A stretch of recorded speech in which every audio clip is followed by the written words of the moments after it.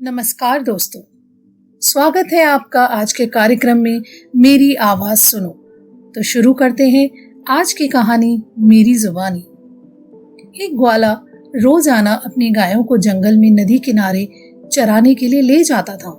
जंगल में वह नित्य प्रतिदिन एक संत के यौगिक क्रियाकलाप देखता था।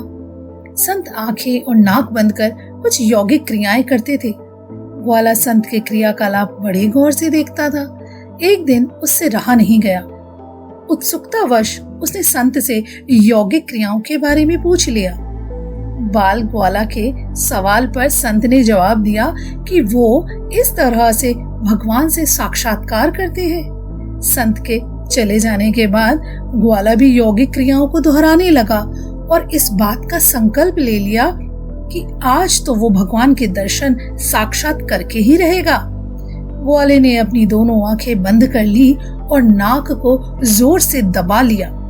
श्वास प्रवाह बंद होने से उसके प्राण निकलने की नौबत आ गई।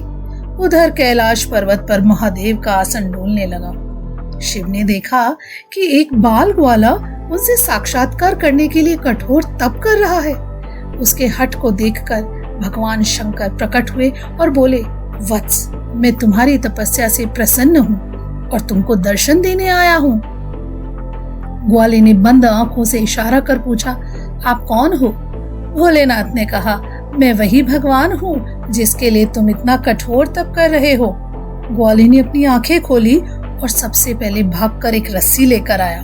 चूंकि उसने कभी भगवान को देखा नहीं था, इसीलिए उसके सामने पहचान का संकट आ खड़ा हुआ।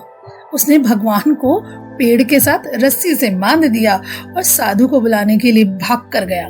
संत तुरंत उसकी बातों पर यकीन करते हुए दौड़े हुए आए, लेकिन संत को कहीं पर भी भगवान नजर नहीं आए। संत ने बाल ग्वाला से कहा, मुझे तो कोई नहीं दिख रहा। तब ग्वाले ने भगवान से पूछा, हे प्रभु, आप यदि सही में भगवान हो तो साधु महाराज को दिख क्यों नहीं रहे हो? तब भगवान ने कहा, जो भक्त छल कपट रहित सच्चे मन से मुझे याद करता है, मैं उसको दर्शन देने के लिए दौड़ा चला आता हूँ। तुमने निश्चल मन से मेरी आराधना की, अपने प्राण दांव पर लगाए और मेरे दर्शन का दृढ़ संकल्प लिया। इसीलिए मुझे कैलाश से मृत्यु लोक में तुमको दर्शन देने के लिए आना पड़ा। जबकि साधु के आचरण में इन बातों का थोड़ा अभाव है। वह रोजाना के क्रियाकलाप करते हैं, लेकिन उनके मन में अभी भी भटकाव है।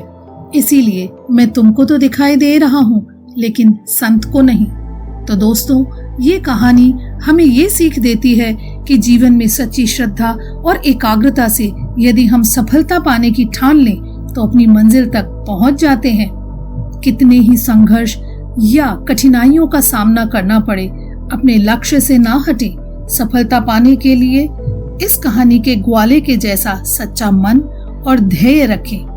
तो मिलते हैं अगली कहानी के संग। तब तक स्वस्थ रहिए, मस्त रहिए।